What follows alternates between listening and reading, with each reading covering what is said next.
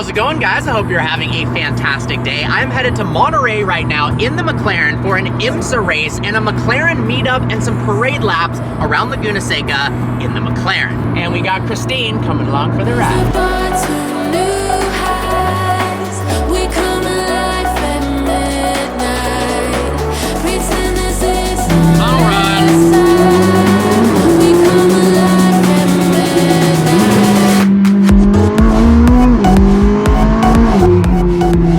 Driving to Monterey on the coast is one of the most beautiful and scenic experiences.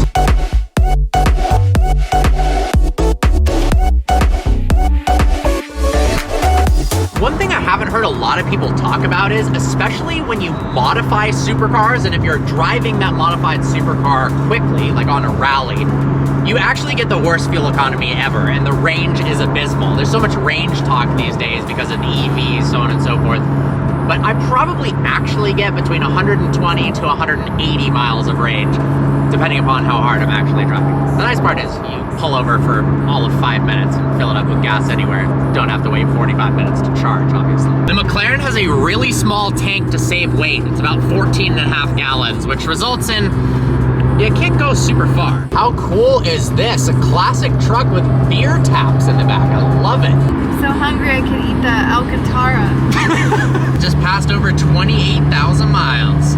Stance Nation, look at the camber on this thing. Just pulled up to the hotel and my buddy Chris brought his P1 out. His Miata is low-key kind of crazy. So how crazy is this? Apparently in Northern California right now, you can see the Northern Lights, something that I've always wanted to see my entire life. And now we're going with my friend, P1 Youngin, who owns a P1, in 2 McLarens and a Lambo to go try to see the Northern Lights in California. I thought I was gonna have to go to the Arctic Circle to see that. Fingers crossed, it's very, very foggy in Monterey, so we're gonna have to go a little bit north.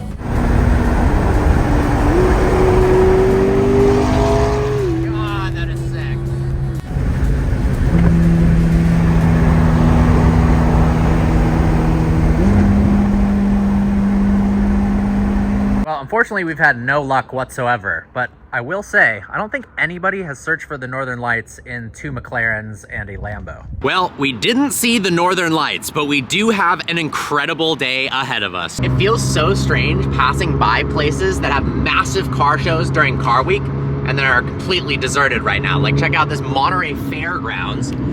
Every year, this is Legends of the Autobahn. It just looks kind of depressing without all the cars. Heck yeah, we are here. I'm so pumped for this. Aston Martin parking, a whole bunch of Porsches, and then over here, I don't think I've seen this many Corvettes next to each other at once before. Nice ZR1. VF Engineering in first place in Super Trofeo. Headed to the parking. Just pulled into Laguna Seca. The Super Trofeo cars are going crazy, but check out the McLaren parking. We've got a beautiful 765LT, a nice 650S with some mods, another 600LT, 720S with some body kit parts, 750S, my 600LT, a 675LT with a roof scoop, and check this out, an MSO High Sport. These are incredibly rare, one of my favorite McLarens of all time. But then, things get even cooler. So as if doing a drive with my friend's yellow P1 yesterday wasn't cool enough, check this out, a yellow P1 GTR and kind of a matching spec Senna GTR. Gotta give a huge thanks to Motol and Ali Hoff for having me out this weekend. This is gonna be epic. The crazy part is they only made 25 high sports, so it's actually more rare than the Senna GTR or the P1 GTR. Essentially a 675LT on steroids and super limited production. I can't tell if this is paint or not. Looks absolutely nuts. All right, this isn't car related, but this is ridiculously cute. Are you serious?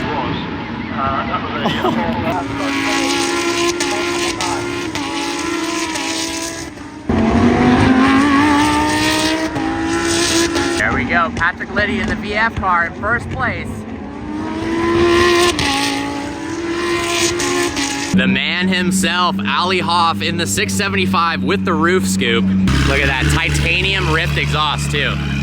When have you ever seen a front bumper on a C8 Corvette look like this? It reminds me of the Huracan Evo. And then if we go to the rear of the car, it's even got a Huracan Evo style exhaust. What do you guys think? And then next to it, a ridiculous amount of Lamborghinis. Here we've got a Huracan Evo, rear wheel drive, an STO, a matte red SVJ. That is sick. And then sounds like an Ultimate coming through. Look at this, Aventador Ultimate. That is gorgeous. Whew. And then a Huracan Storado. Seen a lot of Aventador Ultimates for one of the rarest Lambos. Christine just asked a very valid question. It's pretty impressive. She goes, so does Lamborghini just have their own building here, or did they build this for the event? They literally just built this insane warehouse to host Lamborghini owners for the weekend. That's pretty epic. Crazy. It's actually kind of cool. They've got a bunch of activities for young kids out here. Look how dirty this Super Trofeo is. Unfortunately, had a little collision with the wall. First time seeing the 2025 Aston Martin Vantage in person. It's got 128 horsepower more than the previous gen. AMG 4-liter twin turbocharged V8 that now makes 656 horsepower. 0 to 60 in 3.4 seconds, but just such a good looking car. Completely revised interior as well. Pink Super Trofeo. That looks badass. Fueling up at a racetrack is obviously expensive, but look at this. For 91, it's $6.48, and for 101, it's $11.19.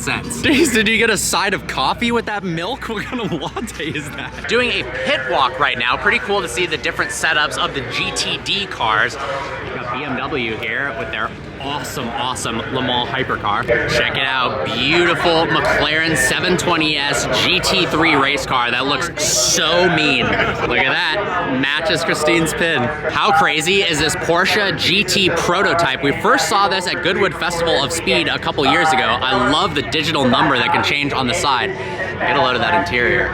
Even on the race car, BMW has somehow managed to put the biggest front kidney grills of all time. Cool to see these. I was at IndyCar Long Beach Grand Prix with Cadillac, and now they brought them here. Ruby Star red pace car. That's awesome. All right, the award for coolest wrap to mascot combo definitely goes to this Porsche. That is epic. A bunch of GTD cars here. My buddy Adam is actually racing in his 911 GT3R. So hopefully, he wins.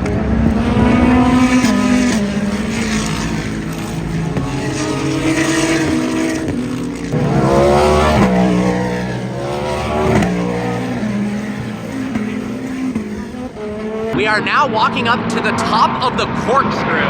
It's an absolutely insane view from here. Christine's first time seeing the corkscrew. Yeah. If you haven't been to Laguna Seca, the corkscrew in person is so much more dramatic than in video games, obviously. This elevation change is crazy.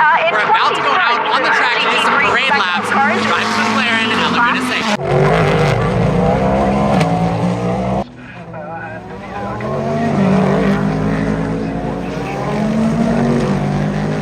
So I just drove Laguna Seca about a month ago, but I've never done it in my McLaren. So I'm super excited. We're gonna be doing some parade laps with all of these McLarens. Hopefully we can get up to speed. But regardless, this should be a good time. And it's always a good day when we've got not one, but two P1s, a P1 and a road legal P1 GTR. The P1 GTR interior is actually so insane. That steering wheel straight off of a race car. It's so cool to see them next to each other. Look at the difference in the size of the rear wing that's stationary on the GTR and active on the P1. And then look at the difference between the exhaust and the rear diffuser. That is insane. Well, this is about to be pretty cool. Following behind my buddy in his P1 GTR and another friend in his P1 at Laguna Seca in the 600LT. They're also bringing out the Senna GTR. Should be nuts. Here we go. I am so excited for this. Bucket list driving the 600LT at Laguna Seca, let alone doing it behind some of the coolest McLarens in the world. We've got a 10-minute track delay, so let's go ahead and check out the cars that are gonna be coming on the track with me. The P1 GTR, beautiful 600LT, another McLaren P1, 720S, and then check out how gorgeous the 688 High Sport is behind me. That is so epic. Trying to stay positive, but I'm pretty disappointed right now, I'm not gonna lie. Well, we've caught up to Chris in the P1.